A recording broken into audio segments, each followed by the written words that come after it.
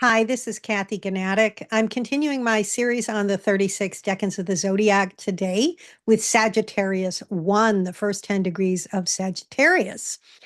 So we know that Sagittarius is a fire sign ruled by Jupiter. It's got this big, expansive quality to it. I'm going to get into some of that at the beginning of the video, give you some grounding in the meaning of Sagittarius. But where we're really going to hone in on today is those first 10 degrees of the sign. So if you have planets or points there, this video is for you to help you really deepen your understanding of those energies in your life. We're going to look at the tarot card, the Eight of Cups, that's associated with this decan, as well as some ancient esoteric descriptions of it. And I'll look at the Kabbalah, the Sephirahad, and how that relates to it. And then I have a great example. Bruce Lee, the famous martial artist, has his rising degree here. You're going to see how that's a really great example of the energy. I hope you enjoy the video. If you do, it'd be great if you could like and subscribe. I'm trying to grow my channel right now, and I'd really appreciate it. So let's talk first about the sign of Sagittarius itself. Let me go back to the first slide. There we go. Sagittarius, you see there at the top the image that's often associated with the sign, and that's the centaur, half man, half horse. And right away, you see the mutable quality, the flexible quality of the energy of this sign. All the mutable signs have a duality about them. And when I think of Sagittarius, I always think of the quest. We're going to really see that unfolding as we go through Sagittarius 1, 2, and 3, the three different decans of the sign, that there's an evolution of the movement of the quest. And when I think of the quest, I think of like the quest for the Holy Grail. There's something about Sagittarius where it likes to grapple with the big questions of life and come to try to understand in a unified way the meaning of life. And we see also with Sagittarius, it's ruled by this planet Jupiter, which is a sign, or excuse me, which is a planet that has to do with meaning making. It's also a planet that has to do with wisdom, expansion, abundance. It's the energy that supports us and encourages us to grow. It's an energy that allows us to move out into the world in a positive way and provides opportunities, right? And then we have Sagittarius is a fire sign. It's the last of the three fire signs. We have Aries and then Leo and now Sagittarius.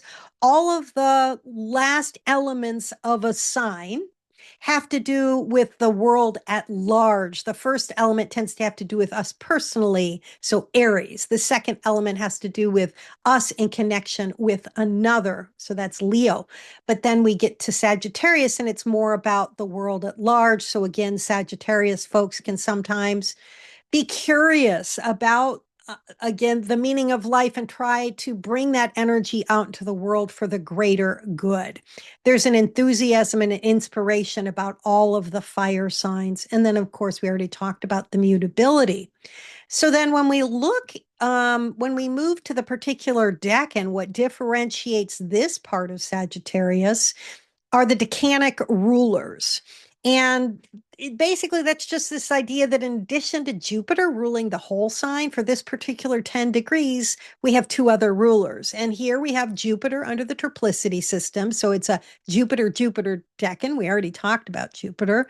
But the additional ruler is Mercury. Mercury was Hermes in the Greek pantheon, the messenger to the gods. Mercury is the swiftest planet. We're going to see that energy in this particular part of the zodiac. I'll tell you about that in a second. Mercury also has a trickster quality, this flexibility of mind. It's about the intellect. People with Mercury really strong in their chart tend to be good at languages, at games, business, anything that requires order and analysis. Yeah. And so when I put that together for this part of the zodiac, you can just already see without looking at the tarot card, which I'll show you in a second, that something about this decan is going to have to do with expansive speed, like moving out in the world in a really quick way, because we have Jupiter energy expanding and Mercury wanting to move swiftly. Then we also have the Mercury energy that is about the intellect and the mind and analysis. We're going to see this with Bruce Lee, who was not only quick physically, right, but he also brought philosophy. That's a Jupiter quality, as well as thinking and analysis to perfecting his martial arts. We're really going to see him as an example of this particular energy, which likes to focus and think and move forward quickly. That's kind of the vibe of this part of the zodiac. We see this exemplified even more deeply in the Eight of Wands in the Rider-Waite deck, which is associated with this part of the zodiac. Here we see the image of eight wands. They're flying diagonally across this clear sky, open landscape below, and there's nobody there. This is the one tarot card that doesn't have any figures in it, which is interesting. It's just about movement and speed. And there's an airy, spacious quality to the motion, as if the wands have already been released and they're just moving forward. You get this card in a tarot reading, depending on the cards that surround it, and it can be like, the way is clear, go forward. Um, yeah, and then I also wanted to bring in the Thoth deck because it's literally called swiftness, right? And so you get that swift Mercury energy. You get the Jupiterian vibe as well, with that rainbow over the top, the blessing that comes with Jupiter energy, oftentimes, the opportunities. And we see again these eight wands. They're kind of stylized a little bit different in this particular card, but you see just the electric energy of movement outwards and the rapidity and the clarity of thought that can come with people who have points or planets in this part of the deck, and they can have this capacity to see the way forward on what their vision is for the quest. Now, they run into a little trouble when we get to the second and third decan of Sagittarius, which is what always happens when we have a quest, right? We're like, oh my God, we're so excited at the beginning of it, this Eight of Cups. We're going to move out, we're going to do that thing. And then when we're in the middle of the quest is when we run into the challenges that may befall us as we try to move forward. But in general, this movement forward with a vision is the energy of this first decan. Then the ancient texts associated with this deck and all emphasize the same idea of this directed force. It's got heat and expansion, that Jupiterian quality, and decisive action. They portray a decan characterized by swift movement, clarity of purpose. All the things I've said already are repeated. So we get a real confirmation of an understanding of what this part of the zodiac is about. For Ibn Ezra, he describes this decan as, quote, a naked man. From his head down to his navel, it is the figure of a man, and from the navel down, it is the shape of the horse. In his hand, a bow and arrows, and he is shouting, close quote. This is just a straight up description of the sign itself, the centaur. But we also see that shouting energy, the movement out of the Mercury, right?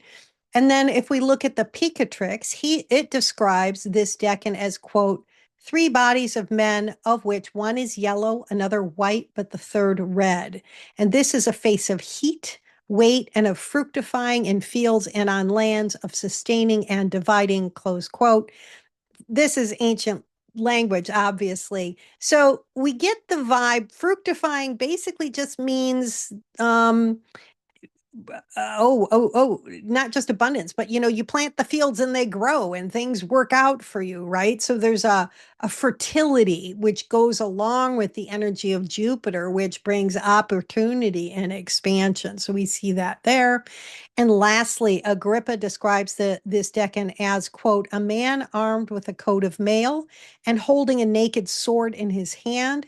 The operation of this is for boldness, militarism, and freedom, close quote. Now, here we have a little bit of an added vibe that we haven't seen in the last discussion, and that is, we talk about directed action and swiftness, but also there's an assertive quality. Sagittarius is a masculine sign. All the fire signs are.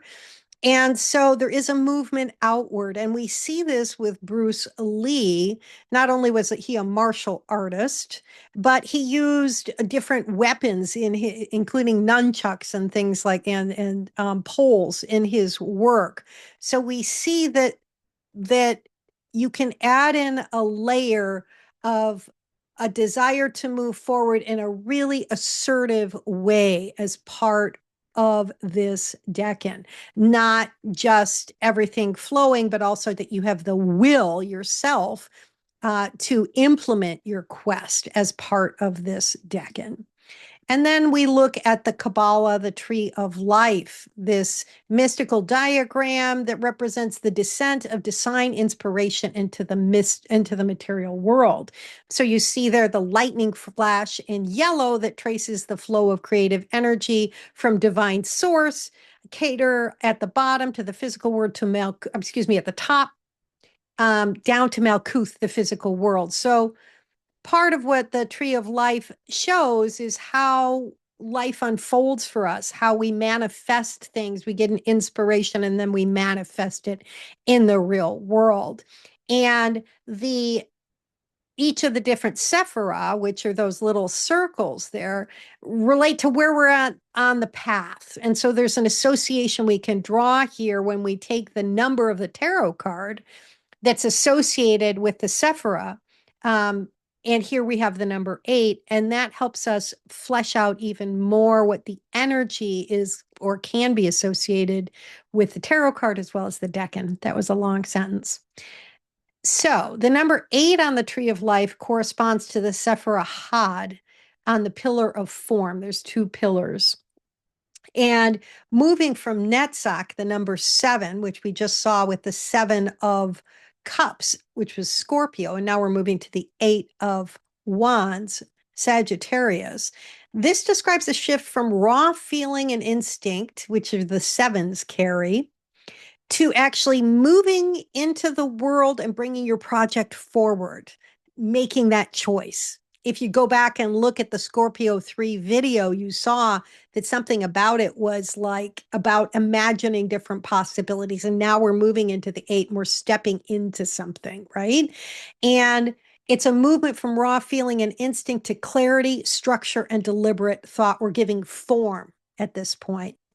Netzach is the realm of emotion, desire, intuition, and momentum. Energy, its energy is expressive, passionate, unshaped form. Like I said, look at the Scorpio 3 video.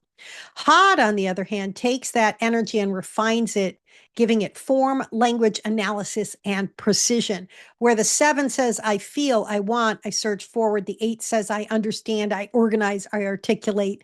Again, this energy of this decan moving in to a directed vision of the quest where you want to go.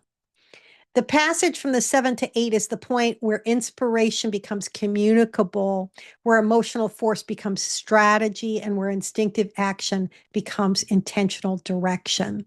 So then let's check out Bruce Lee's chart, which I think it's fascinating that he has his rising degree here, as well as his sun, his light, in this first decan of the Zodiac. When we were looking at the tarot card associated, the Thoth card is actually called Swiftness.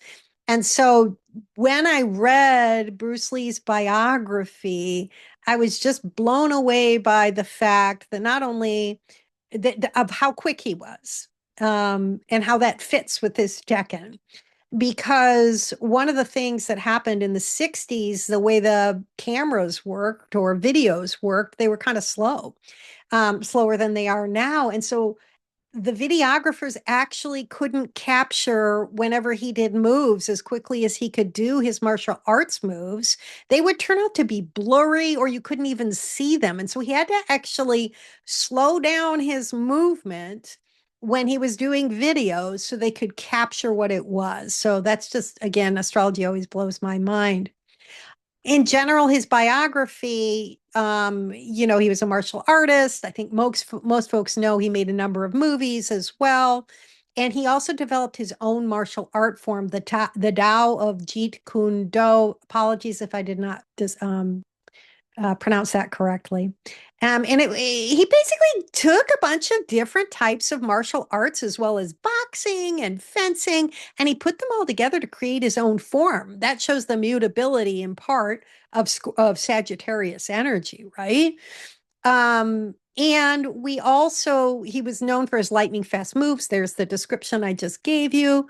But he was not only fast, he was also philosophically trained and deeply analytical and obsessed with refining technique. So let's talk about the philosophically trained. That really fits with the Jupiter energy as well as the Mercury energy of this deck. And Jupiter is about like grappling with those big questions, and Mercury is about trying to articulate or communicate your thinking on those. And when we talk about him being obsessed with refining his technique, one of his very famous quotes is, I fear not the man who has practiced 10,000 kicks once, but I fear the man who has practiced one kick 10,000 times. There's a little typo there. I bring this quote in part because of that Mercury and Hod energy. Mercury rules this decan as well, so it's about the intellect. He worked so hard to refine his technique. There's all kinds of journals and diagrams he had describing the different techniques and how he practiced and refined. And refining is a very Mercury type energy. Wanting to get it right is also a Mercury type energy. Yeah, I think, and then Hod is all about like making something move, that movement from the creative into the world in a more concrete way. So I love this example of Bruce Lee. So thank you for watching. I really appreciate it. And I'll see you in 10 days or so for Scorpio, or excuse me, Sagittarius II. And yeah, like and subscribe if you enjoyed the content. Thanks again.